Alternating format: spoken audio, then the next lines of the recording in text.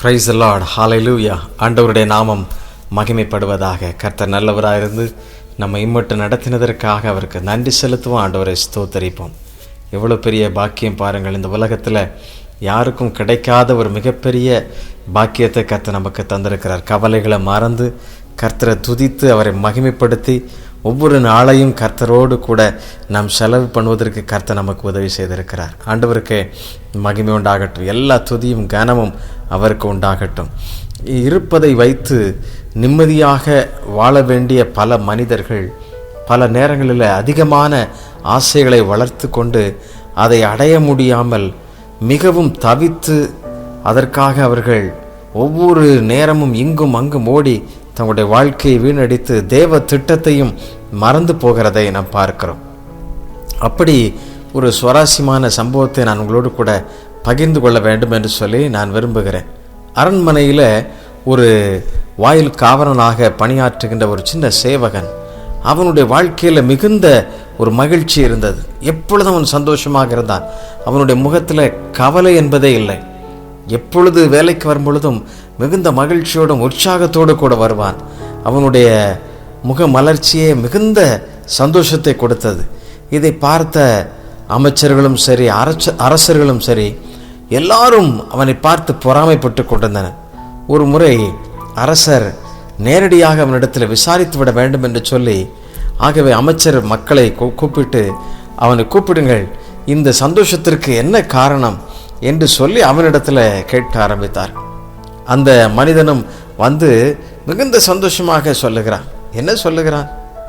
மன்னரே, இந்த நாட்டில் எனக்கு மழை வந்தாலும் வெயில் அடித்தாலும் அதை மறைப்பதற்கு ஒரு சிறிய வீடு, அது மாத்திரமல்ல ஒவ்வொரு நாளும் உண்பதற்குரிய சிறிய காரியங்கள், அதோடு கூட எனக்கு உடுப்பதற்கான ஒரு ஆடை, இவைகள் இருந்தால் சந்தோஷம். இதை தாண்டி நான் எதை குறித்தும் மிகுந்த யோசித்து கவலைகளை வளர்த்து கொள்வதில்லை.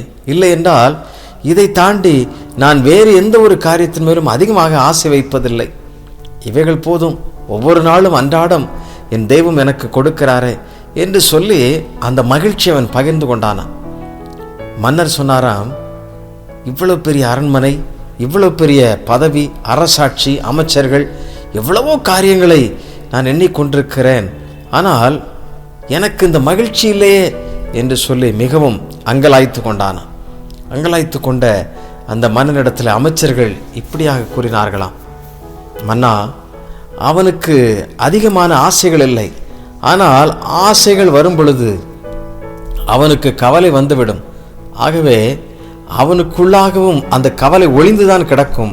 அந்த கவலையை உண்டாக்கிவிட்டால் அவனும் நம்முடைய கவலைப்படுவோர் சங்கத்தில் சேர்ந்து விடுவான் என்று சொல்லி அந்த மன்னரிடத்தில் அமைச்சர்கள் சொல்ல, அது எப்படி ஆகும், அது எப்படி நடக்கும், இவ்வளவு சந்தோஷமாக இத்தனை ஆண்டு காலம் நம்முடைய அரண்மனையில் அவன் பணியாற்றி கொண்டிருக்கிறானே என்று சொல்ல, மறுநாள் அந்த கவலைப்படுவோர் சங்கத்தில் அந்த அழகிய சேவகனையும் சேர்ப்பதற்கு முயற்சி எடுத்தார்கள். என்ன செய்தார்கள்?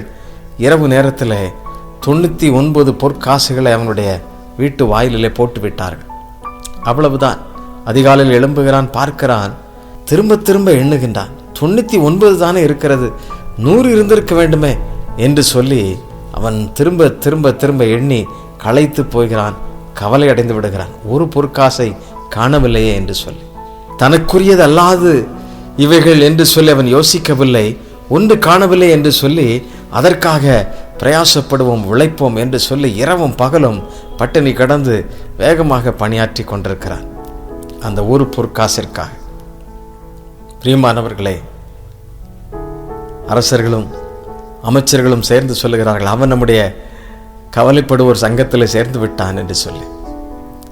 என் அன்புக்குரியவர்களே, வேதம் நமக்கு தெளிவாக ஒரு காரியத்தை அழகாக சொல்லுகிறது. 1 தீமோத்தேயு 6ஆம் அதிகாரம் 8ஆம் வசனம். அப்போஸ்தலனாகிய பவுல் தீமோத்தேயுக்கு எழுதுகிற 1வது கடிதத்தில் 6ஆம் அதிகாரம் 8ஆம் வசனத்தில், உண்ணவும் உடுக்கவும் நமக்கு உண்டாயிருந்தால் அது போதும் என்று இருக்க கடவும். உண்ணவும் உடுக்கவும் உண்டாயிருந்தால் அது போதும் என்று இருக்க கடவும். பல நேரங்களிலே மிதமெஞ்சையான நம்முடைய ஆசைகள், இல்லையென்றால் அதிகப்படியான தேவைகளை வளர்த்து கொண்டு அவைகளுக்கு நேராக பயணித்து தேவனுடைய திட்டத்தையும் தேவனுடைய விருப்பத்தையும் மறந்து ஓடுகின்ற ஒரு பெரும் கூட்டம் இன்றைக்கு பெருகி கொண்டே இருக்கிறது. கவனமாக இருக்க நாம் அழைக்கப்படுகிறோம். கிறிஸ்துவில் மிகவும் பிரியமானவர்களே, நீங்கள் எப்படி ஓடுகின்றீர்கள்? இன்றைக்கு கிறிஸ்துவுக்கு என்று பணியாற்றக்கூடிய, பகுதி நேரமாக பணியாற்றக்கூடிய மனிதர்கள் மிகவும் குறைந்து விட்டார்கள். அந்த நாட்களிலே விடுமுறை வேதாகம பள்ளி, அது மாத்திரமல்ல மாலை நேர சிறப்பு கூடுகை என்றெல்லாம் பல இடங்களில் நடைபெற்று கொண்டிருந்தது. ஏராளமான பேர் கர்த்தரை அறிந்து கொண்டே இருந்தார்கள். அதற்கு மிக முக்கிய காரணம் என்ன? ஆசிரியர்கள் தங்களுடைய பணிகளை முடித்த பின்பு மாலை நேரங்களிலே ஏராளமான சிறுவர்களுக்கு வீட்டிலே அவர்கள் டியூஷன் எடுத்தார்கள். எப்படி? காசிற்காக அல்ல, அவர்கள் சிறந்த மாணவர்களாக வர வேண்டும் என்று சொல்லி அந்த மாணவர்களுக்கு அவருடைய வாழ்வையும் கற்றுக் கொடுத்தார்கள், கிறிஸ்துவின் அன்பையும் கற்றுக் கொடுத்தார்கள். இப்படி பகுதி நேரமாக மாலை முடிந்து வந்த பின்பு ஏராளமான நபர்கள் அவர்கள் சென்று கிராமங்களில் சுற்றி திரிந்து கிறிஸ்துவின் அன்பை சொன்னார்கள். இப்படி சொல்லிக் கொண்டிருந்த அநேக ஆசிரியர்கள் கிறிஸ்துவுக்கென்று வைராக்கியமாக பல உன்னத தலைவர்களை உருவாக்கினார்கள். இன்றைக்கு அப்படிப்பட்ட மனிதர்கள் இல்லை. காரணம் என்ன? தங்களுடைய ஆசைகள், தங்களுடைய விருப்பங்கள், தங்களுடைய நேரங்கள் எல்லாம் கிறிஸ்துவுக்கென்று செலவிடாமல் தங்களுடைய காரியங்களுக்காக செலவிடுவதற்கு அவர்களுக்கு போதுமானதான நேரம் இல்லை. ஆகவே ஓடிக்கொண்டே இருக்கிறார்கள், எங்கேயோ ஓடிக்கொண்டிருக்கிறார்கள், எதற்காகவோ ஓடிக்கொண்டிருக்கிறார்கள். ஆம், உண்ணவும் உடுக்கவும் நமக்கு உண்டாயிருந்தால் அது போதும் என்று இருக்க கடவும். ஆண்டவர் அப்படி நம்மை அழைக்கிறார். அவருடைய சீஷர்களாக அவருடைய விருப்பத்தை நாம் செய்வோம். நமக்குரிய நேரம் நாம் உழைப்பதற்கும், நம்முடைய சரீரத்தின் உணவுக்காக நாம் பிரயாசப்பட்டு செயல்படுகின்ற காரியம், நம்முடைய பிள்ளைகளுக்காக சேமித்து வைக்கின்ற நேரங்களும் போதுமானதாக எடுத்துக்கொண்டு மீதமுள்ளதெல்லாம் கிறிஸ்துவுக்கென்று செயல்படுவோம். நமக்கு எவ்வளவு தேவைகள் பெருகினாலும், அதற்கு எவ்வளவு பணங்கள் வந்தாலும் அது நிறைவு செய்ய முடியாது, ஈடுகட்டி கொள்ள முடியாது. ஆகவே போதுமென்ற மனதோடு கூட கர்த்தருக்கு நன்றி செலுத்துவோம். நம்மை ஆசீர்வதித்து நம்முடைய எல்லைகளையும் நம்முடைய தேவைகளையும் அறிந்து பரமபிதா நம்மை பிழைப்பூட்டுவார், நமக்கு சரியாக வழி நடத்துவார். அப்படி நம்ம விசுவாசத்தோடு இருப்போமா? கவலைகளை மறந்து வாழ்வோமா? கர்த்தருக்கென்று நிற்போமா? ஒவ்வொரு நாளையும் அற்புதமாக தந்த தேவனுக்கு நன்றி செலுத்தி அதில் எஞ்சியிருக்கிற நேரங்களை கர்த்தருக்கென்று செலவிடுவோம். திரளான ஆத்துமாக்களை நித்தியத்திற்கு நாம் சொந்தம் கொண்டாட, உறவாட நாம் உதவி செய்வோம். கர்த்தர் நம் மூலமாக பெரிய காரியங்களை செய்வார். ஜெபிக்கலாமா? அன்பின் ஆண்டவரே, உண்ணவும் உடுக்கவும் உண்டாயிருந்தால் போதும் என்று சொல்லி அப்போஸ்தலனாகிய பவுல் தீமோத்தேயுக்கு நீர் எழுதினீரே. அப்பா, கவலைப்படுவதனால் எவன் தன் வளத்திலே ஒரு முழம் கூட்ட முடியும்? ஒன்றும் செய்ய முடியாது. அற்புதமான தேவன், அதிசயமாய் நீர் எங்களை நடத்தி ஆச்சரியமாய் பெருகச் செய்திருக்கிறீரே. உம்முடைய அன்புக்காக நன்றி ஆண்டவரே. மிதமிஞ்சிய ஆசைகள், மிதமிஞ்சிய தேவைகளை சந்திப்பதற்காக பிரயாசங்கள் ஆண்டவரே என்னிலே எங்களில் இருக்கும் என்றால் மன்னித்துவிடும். பிதாவே, உம்முடைய ராஜ்யம் கட்டுவதற்கும் உம்முடைய சித்தம் செய்வதற்கும் எங்களை இன்னும் தகுதிப்படுத்தும், எங்களை இன்னும் பலப்படுத்தும். நீர் ஒருவரே மகிமைப்படும். நீரே எல்லாவற்றையும் ஆண்டவரே எங்களுக்கு ஆசீர்வதித்து தாரும். சகல துதியும் கனமும் மகிமையும் உண்டாகட்டும்.